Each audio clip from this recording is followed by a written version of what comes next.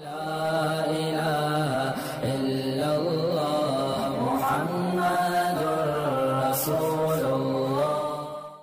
جو میں ممبر پہ میرے ایک بیان آیا ابھی، آپریشن سے جو بچے پیدا ہو رہے ہیں یہ نیچرل نہیں ہے، یہ ڈاکٹروں کی کوتاہی ہے. اس پہ بعض لوگوں نے نیگیٹو کمنٹس کیے ہیں کہ بھائی ان کو کیا پتا، یہ کوئی میڈیکل بھائی ہمیں نہیں پتا، ہم بھی اسی دنیا میں رہتے ہیں. لوگ کہتے ہیں، ایک صاحب نے وہ اس پہ کمنٹ جاری کی ہے کہ وہ ویڈیو وائرل ہوئی، بہت زیادہ چلی ہے، وہ ایک ہفتے میں 7-8 لاکھ تک اس کے ویورز پہنچ گئے. اب اس پہ کچھ ڈاکٹروں کے بھی نیگیٹو کمنٹس آئے کہ ایکچولی ہوتا یوں ہے کہ بچہ یوں ٹیڑھا ہو جاتا ہے تو پھر اس کو آپریشن کر کے نکالنا پڑتا ہے، اگر نہیں نکالا تو مر جائے گا. ان مولویوں کو کیا پتا ہے بھائی؟ یعنی مطلب ان کا یہ تھا ممبر پہ بیٹھ کے یہ پھینک رہے ہیں. میں مانتا ہوں کہ ہزاروں میں کوئی ایک کیس ایسا ہو سکتا ہے کہ آپریٹ کرنے کی ضرورت پڑے، ہزاروں میں، مگر یہ ہزاروں میں ایک کا نہیں ہو رہا. ہر دوسری تیسری عورت کا بچہ آپریشن سے ہو رہا ہے. یہ بیماری کی وجہ سے نہیں ہے، یہ کس کی وجہ سے ہے؟ ڈاکٹروں کی خیانت ہے یہ. اور یہ بات بھی ڈاکٹر ہی کہتے ہیں کہ ڈاکٹر کیا کر رہے ہیں؟ خیانت کر رہے ہیں.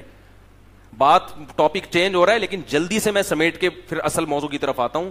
آپ نے یہ جو یہاں بیٹھے نا، تو پھر یہ اس کا ٹیکس یہ ہے کہ یہ گچی پکڑ کے رکھنی ہے آپ نے کہ بیان یہ ٹاپک کہاں سے چینج ہوا، تاکہ وہیں سے میں آگے شروع کروں.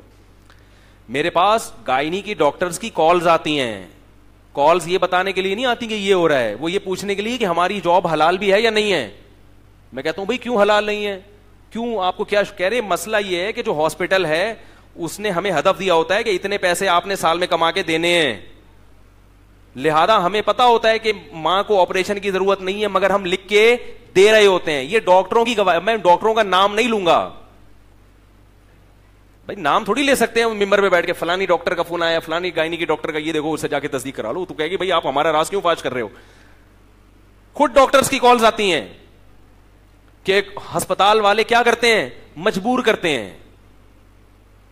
اور آپریشن اتنا خطرناک ہے عورت کے لیے، نارمل ڈیلیوری سے کسی عورت کے 12 بچے پیدا ہو جائیں، ابھی ڈائری میں لکھ لیں، پوری ذمہ داری کے ساتھ کہہ رہا ہوں، 12ویں بچے کے بعد بھی ایسی ہی ہوگی جیسے پہلے بچے کے بعد. فٹنس میں کوئی خرابی نہیں آتی، بشرطے کہ اس کو خوراک بھی کھلائی جائے. صرف بچے ہی نہیں کہ پیدا کر رہے ہیں اور اس کو خوراک دے نہیں رہے. خوراک میں کیا ہے؟ دوائیں نہیں، کھجور، دودھ، سیب. بات آ رہی ہے سمجھ میں؟ کھجور کا اللہ نے خود قرآن میں ذکر کیا حاملہ عورت کے لیے. تو پریگنینسی میں خاتون کو کیا کھلانی ہے زیادہ؟ کھجوریں کھلاؤ، دودھ پلاؤ اور سیب کھلاؤ صبح نہار منہ. تو خوراک ٹائٹ ہونی چاہیے. سمجھ میں آ رہی ہے بات؟ باقی نیچرل ہے. اگر اس کی وجہ سے عورت کی صحت خراب ہوتی نا تو یہ نیچرل پروسیس تھوڑی ہوتا. عورت کے لیے ضروری ہے اس پروسیس سے گزرنا، ورنہ بوڑھی ہو جائے گی، ورنہ خراب ہو جائے گی وہ. تو 12 بچے بھی اگر پیدا ہو جائے، خوراک کا اگر پراپر خیال کیا جائے، آرام کا خیال کیا جائے، جاب بھی کر رہی ہیں اور صبح سے لے کے رات تک ماری ماری پھر بھی رہی ہیں گھروں میں بالکل، تو وہ ایک الگ چیز ہے. پھر اس کے وہ تو ایک ظاہر ہے آپ ظلم کر رہے ہو نا. اس کے آرام کا خیال کیا جائے، اس کی خوراک کا خیال کیا جائے، تو 12ویں بچے کے بعد بھی وہ ایسی ہوگی جیسے پہلے بچے. فٹنس میں کوئی کمی نہیں، بلکہ اور زیادہ اچھی ہو جائے گی. جن عورتوں کے اولادیں نہیں ہوتی اور جن کے ہوتی ہیں، ان دونوں کی فٹنس میں زمین آسمان کا فرق. جن کے اولاد نہیں ہوتی بوڑھی ہو جاتی ہیں جلدی، اور آپریشن سے پیدا ہو جائے ایک. اب اس پہ میں کیا گوگل کی رپورٹ پیش کروں؟ میں کہوں اپنے خاندان کی عورتوں کو جا کے دیکھ لو جن کے آپریشن سے ہوا ہے. معذرت کے ساتھ بھینس میں اور عورت میں کوئی فرق نہیں رہتا. معذرت کچھ زیادہ کہہ دیا میں نے، لیکن ایسی چربی چڑھتی ہے جسم کے اوپر.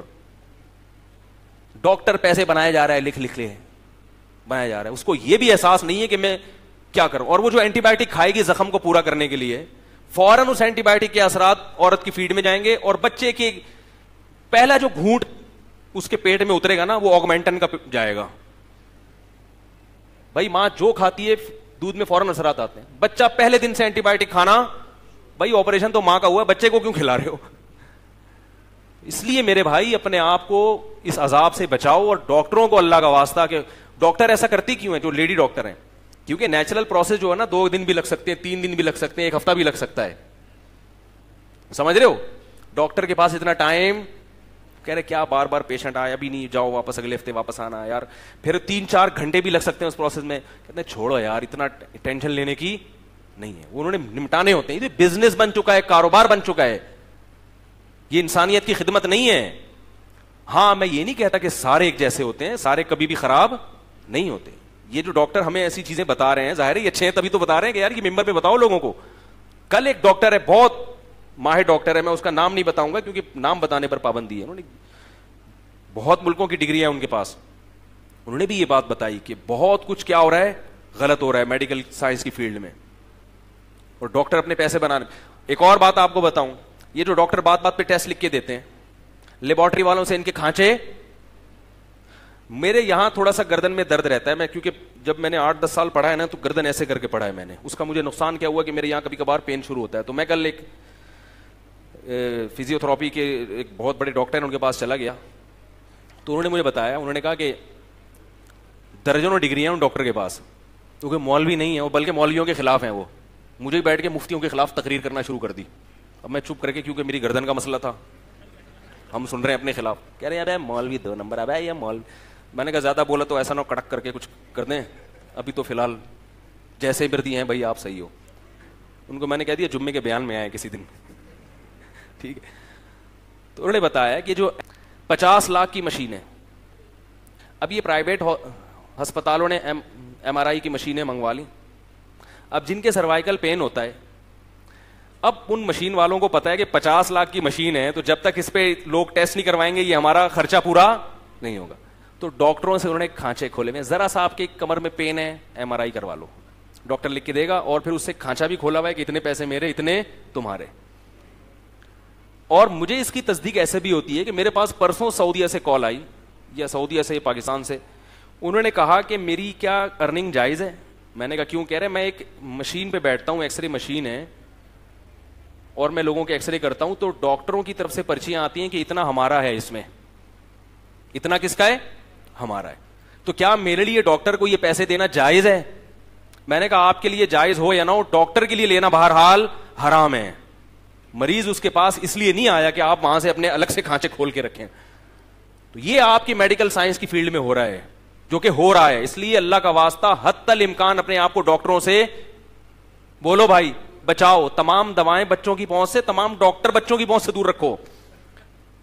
اور اگر ڈاکٹر کے پاس جانا ہے تو پہلے جیسے کسی مولوی کے پاس جانے سے پہلے اس کے درجنوں بیانات سنتے ہو, بہت اچھی طرح تحقیق کرتے ہو کہ 2 نمبر عالم تو نہیں ہے, اسی طرح تحقیق کرو گے یہ 2 نمبر ڈاکٹر تو نہیں ہے.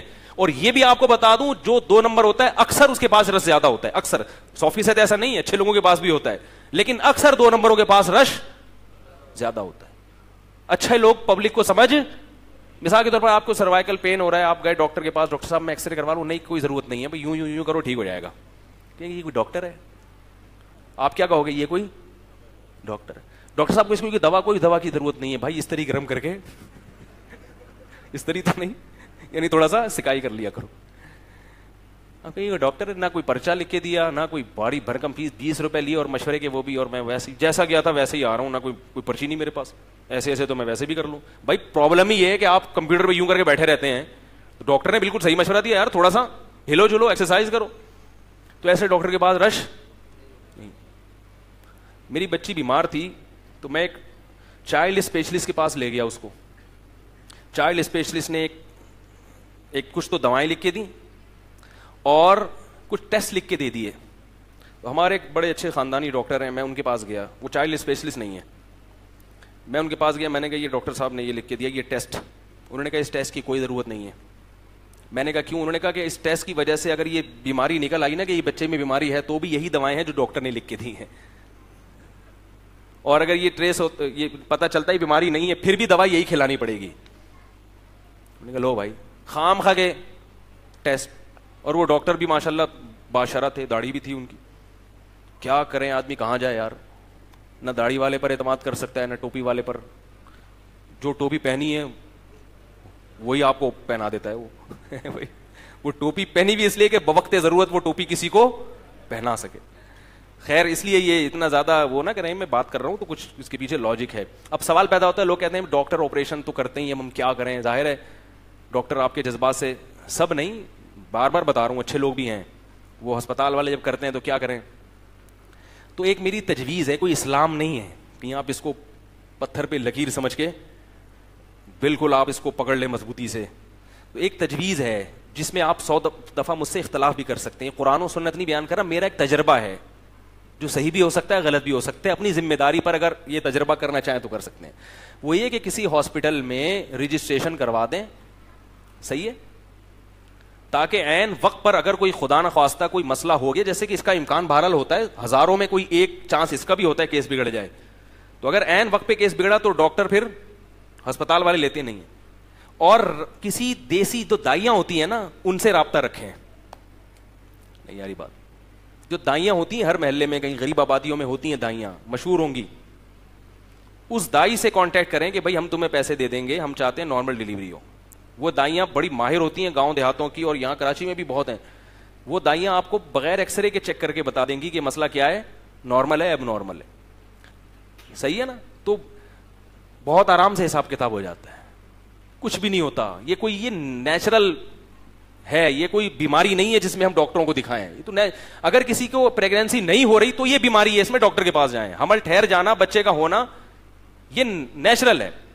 بعض لوگ ہاں رجسٹریشن ضرور کروائیں, تاکہ اگر خدا نخواستہ ہزاروں لاکھوں میں کوئی ایک کیس بگڑنے کا بھی چانس ہوتا ہے تو پھر آپ کے پاس ایک ڈاکٹر کا آپشن, اور وہ ٹیسٹ وغیرہ سارے کروا لیں آپ جو ڈاکٹر نے بتائے ہوئے ہیں, نفس کی تسلی کے لیے, دل کی تسلی کے لیے, تاکہ آپ کو یہ احساس رہے کہ میں نے اپنی طرف سے کوئی کوتاہی نہیں کی ہے. ٹھیک ہے, لیکن کیس ڈیل کون کرے گا؟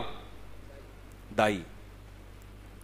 ہم لوگ 7-8 بہن بھائی ہیں, سب زندہ بچے ہوئے الحمدللہ.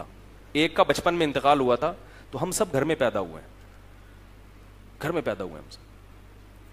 اور آپ کو بتاؤں کہ میں نے تو بہت سارے ایسے مشاہدات ہیں, اگر میں بتانا شروع کر دوں. میں گلگت کے, یہ جو لوگ کہتے ہیں نا پہلے موتیں بہت ہوتی تھی, اب ڈاکٹروں کی وجہ سے مرنا بند ہو گئے ہیں بچے, یقیناً ایسا ہے کہ پہلے ڈلیوری کے دوران موتیں بہت ہوتی تھیں, لیکن اتنی بھی نہیں جتنی بیان کی جاتی ہیں, اور اب یقیناً اس میں کمی آئی ہے, سمجھ رہے بات کو. لیکن اتنی نہیں ہوتی تھی جتنی ہوا بنا کے پیش کی گئی ہیں. تو اس جو چانس ہے نا, وہ چانس کے لیے میں نے آپ کو ایک سیف سائٹ بتا دی کہ رجسٹریشن بہرحال آپ ضرور کروائیں, وہ ٹیسٹ ویسٹ ضرور کروا لیں جو ڈاکٹر نے بتائے ہوئے آپ. لیکن کیس کو ڈیل کون کرے گا؟ وہ دائی. دائی اگر کہہ دے کہ بھائی یہ مسئلہ کیا ہے, تو پھر آپ کے پاس آپ یعنی جیسے اسٹینڈ بائی جنریٹر ہوتا ہے نا, ایسے اسٹینڈ بائی ایک ڈاکٹر ہونا چاہیے. لیکن انشاءاللہ اس کی نوبت آئے گی نہیں, کیونکہ یہ ہزاروں میں کوئی ایک کیس ہوتا ہے جو خراب ہوتا ہے, ہزاروں میں. میں گاؤں دیہاتوں میں بھی میں نے سروے کیا ہے, گاؤں ہے کئی ہزار کی آبادی پر مشتمل, وہ لوگ ڈاکٹر کو جانتے ہی نہیں ڈاکٹر ہوتا کیا ہے. میں نے ان سے پوچھا یہاں آپ کے ڈلیوری کیسز کتنے ہیں؟ انہوں نے کہا بھائی وہاں تو بہت زیادہ ہے نا, وہ تو نسل روکنا جانتے ہی نہیں ہے. انہوں نے کہا ہماری زندگی میں ابھی تک کوئی ایک موت بھی واقع ایسا نہیں ہوا کہ ولادت کے دوران کوئی ماں مر گئی ہو یا بچہ مر گیا ہو, ایک بھی نہیں ہوا. پھر بھی میں کہتا ہوں پہلے ہوتے تھے, اب کم ہو گئے ہیں, لیکن اتنا نہیں جتنا ہوا بنا کے پیش کیا گیا ہے. تو اپنے بچوں کی بھی صحت کی پرواہ کرو, اپنی بیوی کی بھی صحت کی پرواہ کرو. آپ اس کو قصابوں کے پاس وہ بیٹھے ہوئے چھرے کانٹے لے کے, وہ بیٹھے ہوئے. وہ ایک ڈاکٹر نے جو ہے نا کسی کو آپریشن کیا تو وہ کینچی اندر رہ گئی. پھر بلایا بھی آپریشن ہو گیا, ایکس رے میں کوئی عجیب سی چیز آ رہی ہے, دوبارہ کیا تو کینچی نکالی تو کوئی چاقو اندر رہ گیا. مذاق ہے یہ, حقیقت نہیں ہے. تو وہ اس نے کہا یار ڈاکٹر صاحب ایک زپ کیوں نہیں لگا دیتے آپ, زپ کیوں نہیں لگا. تو آج کل جن خواتین کو پریگنینسی ہو رہی ہے ان کے پہلے سے زب لگوا دیں. کیا لگوا دیں؟ زب لگوا دیں, کیونکہ ہر دفعہ کی ٹینشن ہے یہ. اگر میری باتوں پہ عمل نہیں کرتے تو پھر کیا لگوا دیں؟ زب لگوا دیں. اور اگر زب سے بچنا چاہتے ہیں, جو باتیں میں آپ کو کہہ رہا ہوں اس پر عمل کریں, سستے میں اچھا کام ہو جائے.